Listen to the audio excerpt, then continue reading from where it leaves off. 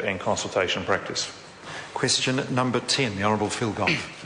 Mr Speaker, my question is to the Minister of Foreign Affairs. Is he aware of the requirement in the Cabinet Manual, quote, to behave in a way that upholds and is seen to uphold the highest ethical standards, end quote, and have the appointments that he has made as Minister met that requirement? The Honourable Murray McCully. Speaker, yes. The Honourable Phil Goff. Mr Speaker, when he appointed Peter Kiley as Director of the Pacific Forum Lines in July 2009, was he aware that Mr Kiley was from November 2008 listed under the Companies Register as a shareholder in a competing shipping company, Safrana, and that he held those shares right through until the 10th of August 2012? The Honourable Murray McCully. Speaker, if the member wants to ask a specific question about a specific appointment with that level of detail, he'll have to put down a separate question. Well, point of order, Mr Speaker. The point of order, the Honourable Trevor. Mr Speaker, it's a question of whether the Minister was aware. It was not a detail of the appointment. It's a question of the Minister was either aware or he wasn't.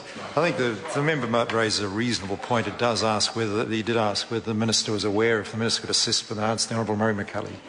Mr Speaker, in answering a question with that degree of specificity, I would want to check the information that was made available to me at the time so that I can give the House an accurate answer.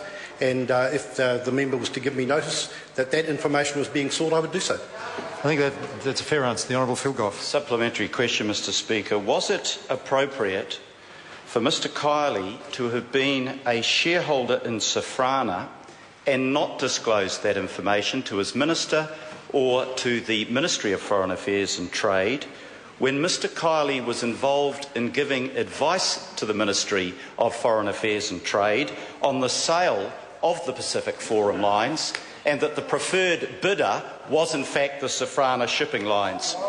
The Honourable Murray McCully. Speaker, the member should be careful because I think he's getting into territory that calls into question the reputation of an upstanding individual who's rendered excellent service to governments, I think on both sides of the House, in a variety of ways. I would want to check the information that the member has asserted across the House before giving a specific answer. Mr Speaker, do sections 139 and 140 of the Companies Act 1993 require that a director must disclose any such interest, and is that likewise a requirement under the government's owner's expectation manual for its directors?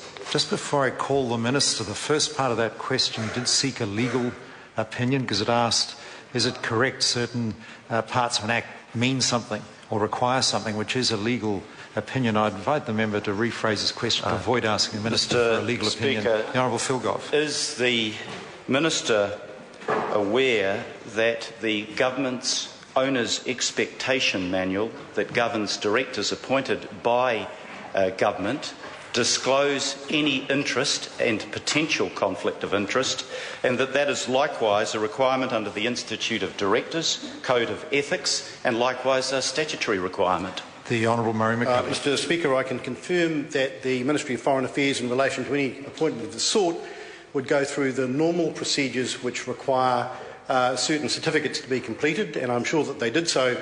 But by way of further elaboration, can I say that Mr Kiley was invited by me to join the board of the Pacific Forum Line because that line was in some significant difficulty, requiring some specialist skills and background knowledge in relation to that company.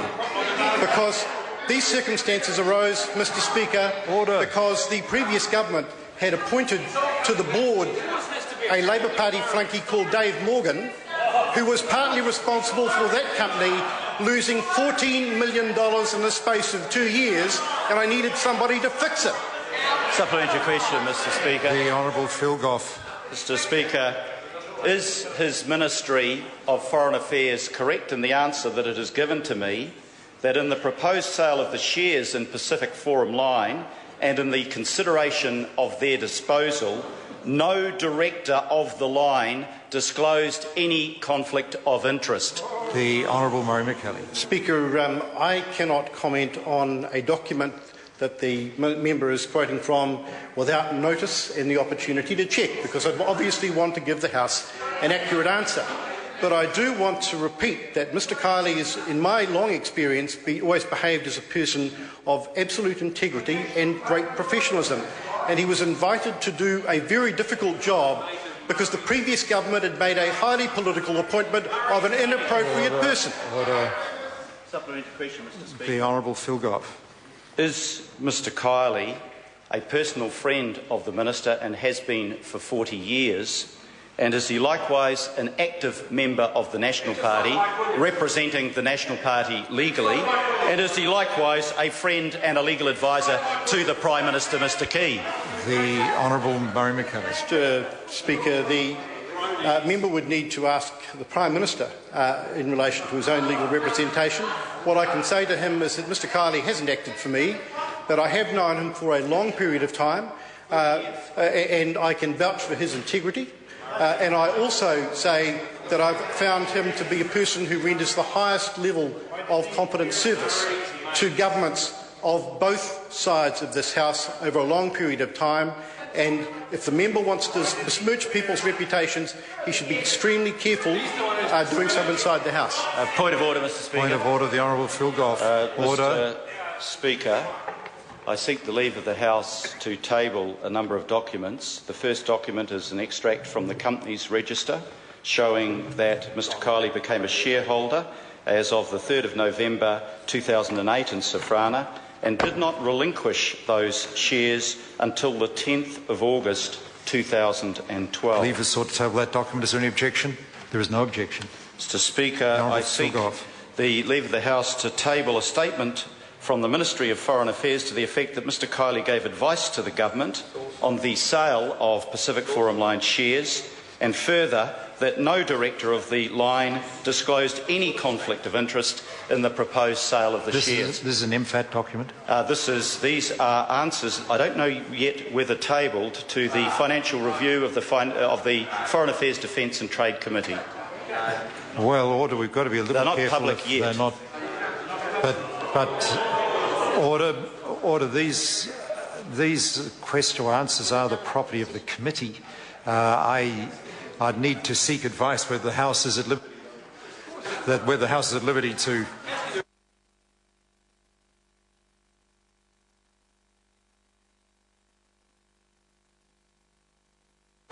The advice is, as one might have expected, that the House can, should it choose, give leave for confidential documents to the committee to be tabled. So leave is sought for that purpose. Is there any objection?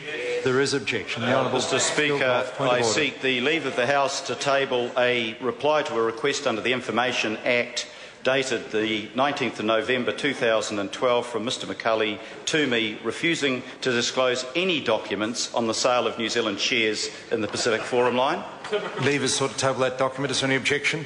There is no objection. The Honourable Mr Speaker, I seek leave of the House to table an extract from the New Zealand Government's Owner's Expectation Manual, July 2012, which says the conflict of interest arises when a director's duties or responsibilities to the company could be affected by some other interest or duty, and that directors must disclose any relationship or matters that give rise to an actual or potential conflict of interest. Leave is sought to table that document. Is there any objection? There is no objection. Mr Speaker, finally I seek the leave of the House to table an extract from the Institute of Directors Code of Ethics and Code of Practice for Directors that says that the company's legislation requires directors having a conflict of interest to disclose the nature and extent of their interest. Leave is sought to table that document. Is there any objection? There is objection. Question number 11, Dr. Jian Yang. Mr Speaker, my question is to the Minister for Food Safety.